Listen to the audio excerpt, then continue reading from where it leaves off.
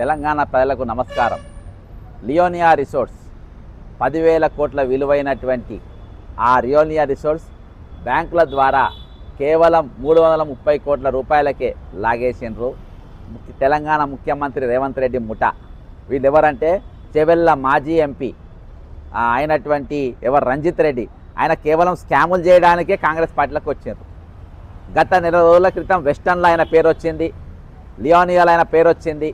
Hanuman temple అక్కడ ధ్వంసం చేసిన దాని గురించి ఎవరు మాట్లాడరు, కానీ అక్కడ ఆ స్కామ్లో ఆయన పేరు వచ్చింది. ఏడ చూసినా 1,000 కోట్ల రూపాయలు. ఇప్పటి వరకు దాదాపు 40,000 రూపాయల స్కామ్లలో ఈ రంజిత్ రెడ్డి అనే వ్యక్తి ఉన్నాడు.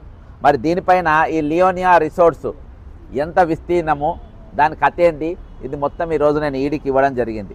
ఇందులో పూర్తి స్థాయిలో బ్యాంకులు ఏ విధంగా, అందులో సమాధులు ఉన్నాయి, అందులో గుడులు ఉన్నాయి, గోపురాలు ఉన్నాయి.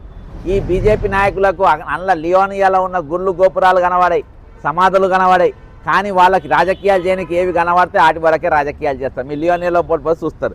ఇక ఆ గుళ్ళు గోపురాలు సమాధులు కుదబెట్టి బ్యాంకులలోకి వెళ్ళి రుణాలు దాదాపు 2,000 కోట్లకు పైగా తీసుకున్నట్టు పరిస్థితి. మరి దీనిపైన మరి ఈరోజు ఈడీకి పూర్తి స్థాయిలో మరి ఏ విధంగా ఈ రుణాలు ఎగ్గొట్టే ప్రయత్నం చేసిండ్రు, దీన్ని జలవిహార్కు ఏ విధంగా అప్పచెప్పిండ్రు, జలవిహార్ రాజుకు ఏ విధంగా అప్పచెప్పిండ్రు, అసలు జలవిహార్ కిరాయిలు కట్టకుంటే ఆయన కిరాయిలు ఎగ్గొట్టినటువంటి మరి ఈ వ్యక్తికి ఈరోజు మరి లియోనియా రిసార్ట్స్ మొత్తం అప్పచెప్పడం జరిగింది.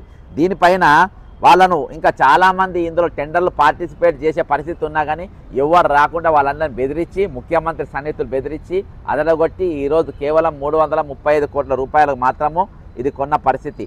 ఇందులో దాదాపు 2,500 కోట్ల రూపాయలు వరకు ఈయన లోన్ తీసుకున్నారు.